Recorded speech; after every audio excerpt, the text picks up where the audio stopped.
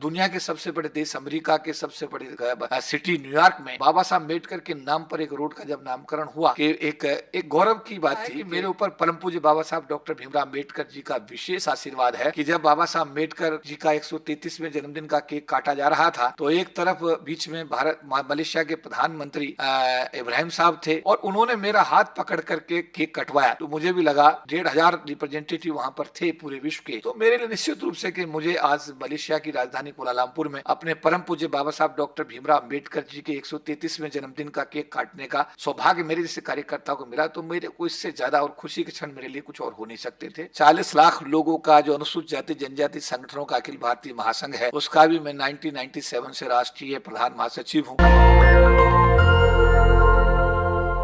नमस्कार, मैं निधि रतन और आप देख रहे हैं नेशनल दस्तक। आज हम कनॉट प्लेस के मुख्यालय में, हमारे साथ हैं खास मेहमान, बहुजन चिंतक भी आप कह सकते हैं, लगातार मुखर होकर तमाम मुद्दों पर आवाज उठाते हैं, कई देशों की यात्रा कर चुके हैं, तमाम लोगों के साथ वो वार्तालाप भी करते हैं और तमाम देशों के प्रधानमंत्री उनको आमंत्रित भी करते हैं। उन्हीं से जानेंगे LIC परिवार के साथ उनका लंबा अनुभव भी रहा है और सोचिए किस तरीके से LIC को लेके तमाम लोगों की जो शंकाएं रहती हैं, सवाल रहते हैं और सरकारी संस्थानों पे लोग किस तरीके से आजकल प्रतिक्रियाएं देते हैं, इसके रिगार्डिंग बात करेंगे। और जिस तरीके से KP चौधरी जी का LIC परिवार के साथ अनुभव रहा, इसके साथ साथ LIC के वेज रिवीजन के बारे में पूरी विस्तार से जानकारी प्राप्त करेंगे ताकि हमारे दर्शकों को पता चल पाए। सर, सबसे पहले तो हमारे चैनल में आपका स्वागत है। जी धन्यवाद। जी, थोड़ा डिटेल में बताइए कि LIC में ये वेज रिवीजन क्या होता है ताकि दर्शकों को पता चल पाए।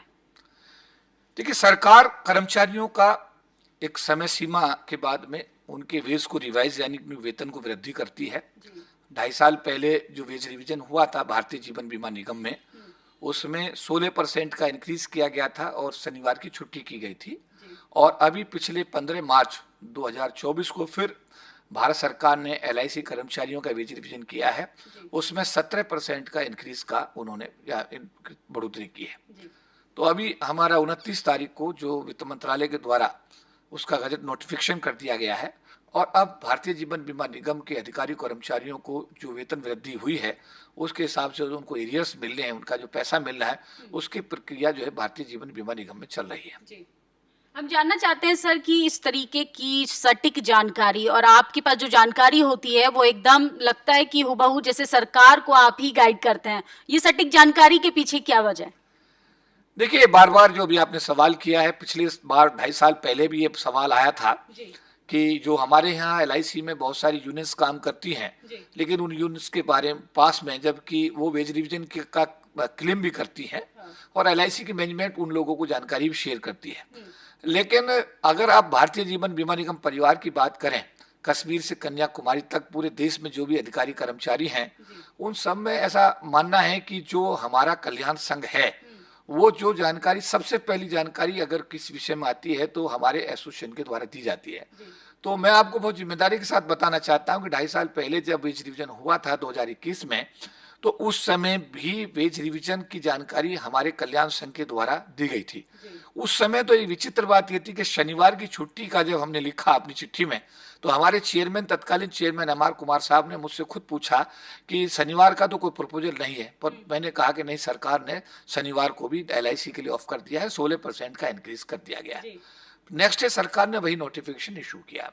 इस बार भी 15 मार्च को जब हमने जानकारी भेजी कि काशीराम जी का उस दिन जन्मदिन था, हम सुबह काशीराम जी को श्रद्धांजलि करने के लिए गए हुए थे और जैसे 11:30 के आसपास हमने अपनी जानकारी को अपने पत्र के माध्यम से पूरे LIC परिवार को बताया कि आज भारत सरकार ने हमारे वेज रिवीजन को अप्रूव कर दिया है। तो उसके बाद में फिर LIC का जो सेंट्रल ऑफिस है उसने यूनियंस के साथ में ऐसा है कि अपना मीटिंग किया, मतलब मीटिंग, उसके बाद में मीटिंग में भी वो बताया नहीं गया उन लोगों को कि कितना क्या प्रपोजल सरकार ने पास किया है। उसके बाद शाम को एक टीवी चैनल ने 16% की खबर चला दी, तो पूरे देश में थोड़ा रहा कि एसोसिएशन की जानकारी जो 17% की है वो कितनी सही है। लेकिन देर शाम होते होते LIC का जो मैनेजमेंट था उसने फिर अपना वेबसाइट पर लोड किया कि भारत सरकार ने मतलब ये है कि वेज रिवीजन अप्रूव कर दिया है और 70% का इंक्रीज है। तो पूरे देश में फिर यही चर्चा हुई कि एसोसिएशन के द्वारा जो जानकारी वेज रिवीजन के बारे में दी गई, एक बार फिर पूरी सटीक जानकारी दी गई। इसके बाद 1.5 महीने तक कुछ इश्यूज रहे।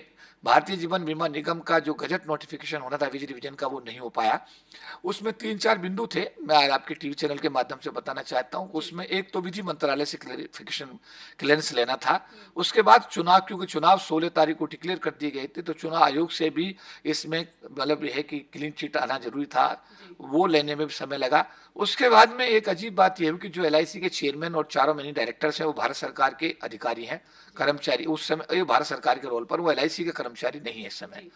लेकिन क्या है कि उनकी जो तनख्वाह है 4-5 लोगों की, वो जो हमारे एग्जीक्यूटिव डायरेक्टर रैंक होता है एलआईसी का सबसे बड़ा, उनकी तनख्वाह जो है, चेयरमैन की तनख्वाह कम हो गई और एग्जीक्यूटिव डायरेक्टर्स की तनख्वाह वेज रिवीजन में ज्यादा हो गई। तो इसमें फिर चेयरमैन एलआईसी के साथ में वित्त मंत्रालय के अधिकारियों ने बातचीत किया और चेयरमैन एलआईसी ने वित्त मंत्रालय के अधिकारियों को बताया कि क्योंकि हम एलआईसी के एम्प्लॉय नहीं हैं, हम तो भारत सरकार के एम्प्लॉय हैं। ऐसी स्थिति में जब भारत सरकार हमारा वेज रिवीजन करेगी तो हमारी तनख्वाह बढ़ेगी। तो लिहाजा यह है कि इसको इस आधार पर जो है रोकना सही नहीं होगा और इस वेज रिवीजन का गजट नोटिफिकेशन हो जाना चाहिए। जी, ये जो वेज रिवीजन का नोटिफिकेशन आया, इससे लोगों की स्थिति पे, उनकी नौकरी पर क्या असर पड़ेगा? देखिए, जो भी आदमी है नौकरी करता है, पैसे के लिए नौकरी करता है। पहले मैं आपको ये पहले क्लियर कर दूं, उसके बाद में फिर 29 तारीख को भारत सरकार ने गजट नोटिफिकेशन के लिए वित्त मंत्रालय ने जो हमारा printing press government of India का उसको भेज दिया। हमारा 15वां नंबर था प्रिंटिंग का, पेपर्स का जो प्रिंट होने थे, उसको अगला दिन 30 तारीख को उसका नंबर आया और 30 तारीख की डेट में फिर गजट नोटिफिकेशन जो है पूरे देश के लिए लागू कर। अभी आपने सवाल किया इससे फायदा क्या होता है? कर्मचारी अधिकारी, वेतन तो वृद्धि होगी, लेकिन इससे काम भी तो ज्यादा करवाया जाएगा ना कर्मचारियों से। नहीं, कर्मचारी को जो काम दिया गया है वो काम अपना करते हैं। वो काम तो उनके लिए बाकायदा असाइंड होता है, किस आदमी का क्या काम है, लिखित में सबको दिया जाता है। अब सरकार ने ये अच्छा काम किया कि चुनाव के चलते हुए, और जब भी आपने सवाल किया कि हम सब लोगों का अपना प्रयास भी इसमें रहता है सरकार के साथ, आप जानती हैं कि हमारे सरकार के मंत्रियों के साथ भी एक अच्छा खासा संबंध, पिछले अगर 40 वर्ष का हमारा इतिहास देखा जाए तो सरकार किसी भी दल की रही हो, बट सरकार के जो मंत्री होते हैं वो हमारे कार्यालय में भी आते रहते हैं और हम लोग भी उनके पास में मिलने जाते रहते हैं। सांसद भी यहाँ पर हमारे पास में मिलने आते रहते हैं। भारत के भूतपूर्व राष्ट्रपति जो रामनाथ कोविंद जी हैं, वो भी हमारे महासंघ के संरक्षक के रूप में, राष्ट्रपति जब तक नहीं बने तब तक गवर्नर नहीं बने थे। तो बहुत सारे लोग हैं जो हमारे साथ में, जिनका हमारा सानिध्य है, एक मिलना जुलना है। तो जो भी हमारे संबंध हैं उनके साथ हमारा, अभी जैसा भी हमने देखा कि पिछले 5 तारीख को हमारे कार्यालय में यहाँ पर भारत सरकार राष्ट्रीय आयोग के जो नए चेयरमैन किशोर मकवाना साहब बने हैं और मेंबर जो रामचंद्र जी बने हैं, सब लोग यहाँ पर आए थे। तो सारे देश के लोगों ने वहाँ पर उनका आकर के अपना अभिनंदन समारोह में आयोजित किया था। तो हमारा सरकार के साथ एक अच्छा संपर्क है, अच्छा लाइजन है। वित्त मंत्रालय के जो अधिकारी उनके साथ में एक अच्छा संपर्क है, एक अच्छा संबंध है। तो जो जानकारी होती है वो जानकारी, हमारी बातचीत होती है, हमारे डायलॉग्स होते हैं, मीटिंग्स होती हैं, उनके माध्यम से हम लोग जो जानकारी हमको मिलती है उसको हम एलआईसी परिवार को समय समय पर उपलब्ध कराते रहते हैं। और हमारे बारे में यही कहा जाता है, हमारे संगठन के बारे में, कि हमारी जानकारी इतनी सटीक होती है कि उसमें जो लिखा जाता है लोग उसको एक पत्थर की लकीर के रूप में देखते हैं। और हम यही कहेंगे कि आने वाले समय में भी इस जिम्मेदारी को हम इस प्रकार से निभाते रहें और अपने भारतीय जीवन बीमा निगम जो परिवार है, जो भारत की सबसे बड़ी वित्तीय संस्थान है, उसके कर्मचारी जो हमसे उम्मीद करते हैं, अधिकारी हमसे उम्मीद करते हैं, हम उनकी उम्मीद पर हमेशा खरे उतरते रहें। जी, आपका सर लंबा अनुभव रहा है। आप एलआईसी की बात करें तो इसके साथ साथ आप तमाम विदेशी यात्रा पर भी जाते हैं। अभी आप मलेशिया गए थे। मलेशिया यात्रा के बारे में थोड़ा दर्शकों को बताइए, ताकि आप लगातार देखेंगे, आप कनाडा से लेके मलेशिया तक घूमे, तमाम यात्रा आपने की, ये कैसे मैनेज होता है? आप आंदोलन को भी बराबर समय देते हैं, आप एलआईसी परिवार के साथ भी लगातार समय से रहते हैं, और आज एक राष्ट्रीय पार्टी का मैं राष्ट्रीय महासचिव भी हूँ। तो एक कैसे राजनीतिक जिम्मेदारी भी है। 40 लाख लोगों का जो अनुसूचित जाति जनजाति संगठनों का अखिल भारतीय महासंघ है, उसका भी मैं 1997 से राष्ट्रीय प्रधान महासचिव हूँ। भारतीय जीवन बीमा निगम का जो हमारा SC ST एसोसिएशन कल्याण संघ है, उसका भी मैं राष्ट्रीय प्रधान महासचिव हूँ। और जो अभी आपने कहा, मैं इंटरनेशनल फोरम जो डॉक्टर अम्बेडकर का बनाया, उस पर भी मैं इंटरनेशनल कोऑर्डिनेटर की भूमिका निभाता हूँ। और उसी नाते मुझे देश के कोने कोने में दुनिया के कोने कोने में लोग मुझे बुलाते हैं। अभी जैसा आपने कहा कि मलेशिया में तो मेरा अनुभव बड़ा विशेष अनुभव मैंने महसूस किया कि जब बाबा साहब अम्बेडकर जी का 133वें जन्मदिन का केक काटा जा रहा था, तो एक तरफ बीच में मलेशिया के प्रधानमंत्री इब्राहिम साहब थे, उनके बराबर में मैं खड़ा हुआ था और उन्होंने मेरा हाथ पकड़ करके केक कटवाया। तो मुझे भी लगा कि एक गौरव की बात थी कि 1,500 रिप्रेजेंटेटिव वहाँ पर थे पूरे विश्व के। और जब मैं प्रधानमंत्री जी के साथ, और प्रधानमंत्री जी ने अनवर बिन इब्राहिम साहब ने जब मेरा हाथ पकड़ करके वो केक कटवाया, तो मेरे लिए निश्चित रूप से कि मुझे आज मलेशिया की राजधानी कुआलालंपुर में अपने परम पूज्य बाबा साहब डॉक्टर भीमराव अम्बेडकर जी के 133वें जन्मदिन का केक काटने का सौभाग्य मेरे जैसे कार्यकर्ताओं को मिला। तो मेरे को इससे ज़्यादा और खुशी के क्षण मेरे लिए कुछ और हो नहीं सकते थे। अभी 25 जून को मेरा एक और सौभाग्य रहा कि दुनिया के सबसे बड़े देश अमेरिका के सबसे बड़े सिटी न्यूयॉर्क में बाबा साहब अम्बेडकर के नाम पर एक रोड का जब नामकरण हुआ, तो वहाँ पर 3 आदमियों ने उस रस्सी को खींच करके नामकरण किया। उसमें रणदीप जायसवाल, जो IFS अधिकारी, कॉन्सुलेट जनरल जो भारत के उस समय न्यूयॉर्क में थे, जो आज इस समय भारत सरकार के विदेश मंत्रालय में जो है ना वो प्रवक्ता का काम देख रहे हैं, वो उस समय अमेरिका में न्यूयॉर्क में पोस्ट थे।